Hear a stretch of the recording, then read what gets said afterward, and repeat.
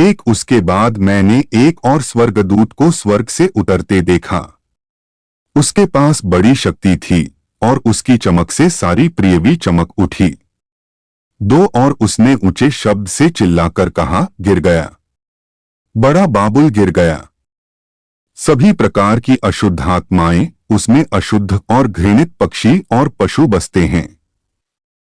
3 क्योंकि उसका दाखमधु अर्थात व्यभिचार की अभिलाषा की दृढ़ मदिरा सब जातियों के लोगों ने पिया है। सारे जगत के राजाओं ने उसके साथ व्यभिचार किया और इस जगत के व्यवसायियों ने उसके साथ व्यभिचार किया है। वेश्या के गंदे व्यभिचार के कारण धनवान हो गया। उसने जो कुछ तुम्हें दिया है उसका 2 गुना बदला चुकाओ।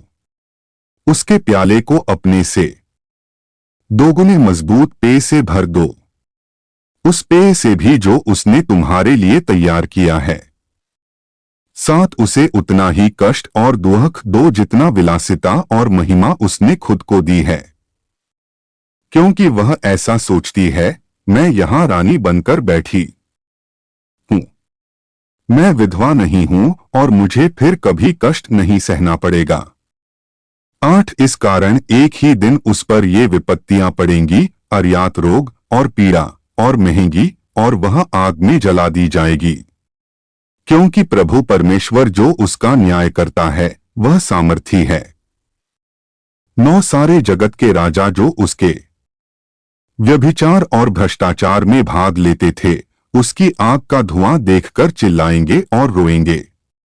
10 वे इसलिए दूर रहते हैं कि उस सजा में भाग लेने से डरते हैं और कहते हैं, धिक्कार है तुम पर, हे बाबुल, हे महान और सामर्थी नगर, तुझ पर हाय। केवल 1 घंटे में तुम्हें पहले ही सजा मिल चुकी है। 11 जगत भर के व्यापारी भी उसके कारण चिल्लाते और विलाप करते हैं, क्योंकि अब कोई उनका माल मोल नहीं लेता।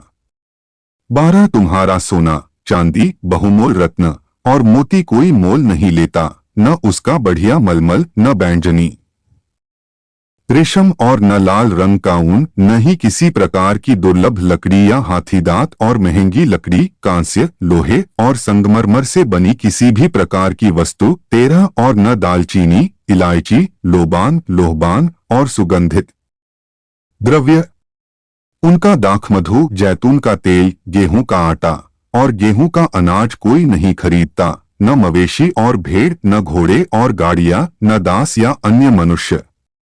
14 व्यापारियों ने नगर से कहा, वे सब अच्छी वस्तुएं जो तुम बहुत चाहते थे वे सब समाप्त हो गईं, और तुम्हारा सारा धन और सारा यश तुमने सदा के लिए खो दिया, और अब तुम उन्हें न पाओगे।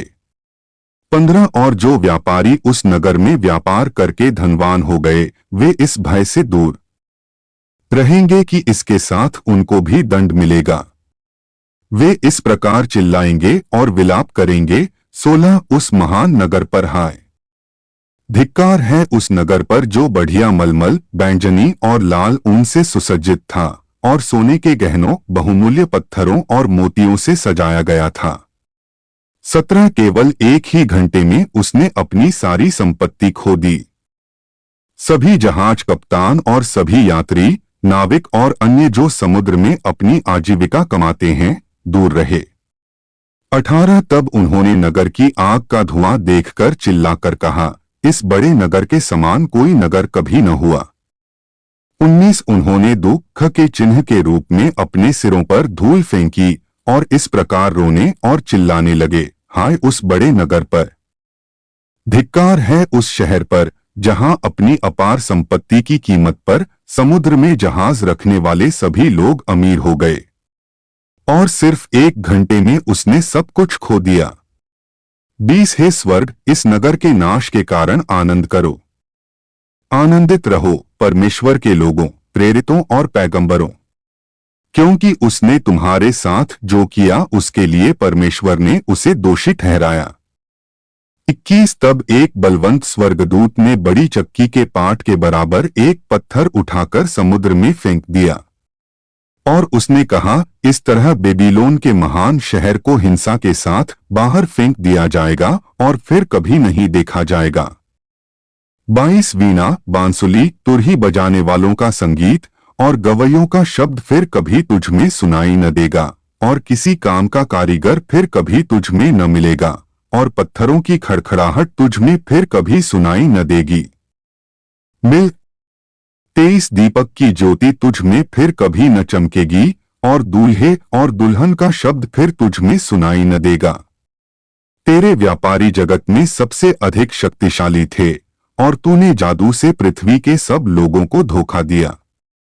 24 बड़े बाबुल को दंड दिया गया, क्योंकि उसमें भविष्यद्वक्ताओं का और परमेश्वर के लोगों का और पृथ्वी पर घात किए हुए सबों का लोहो पाया गया। प्रकाशित वाक्य 18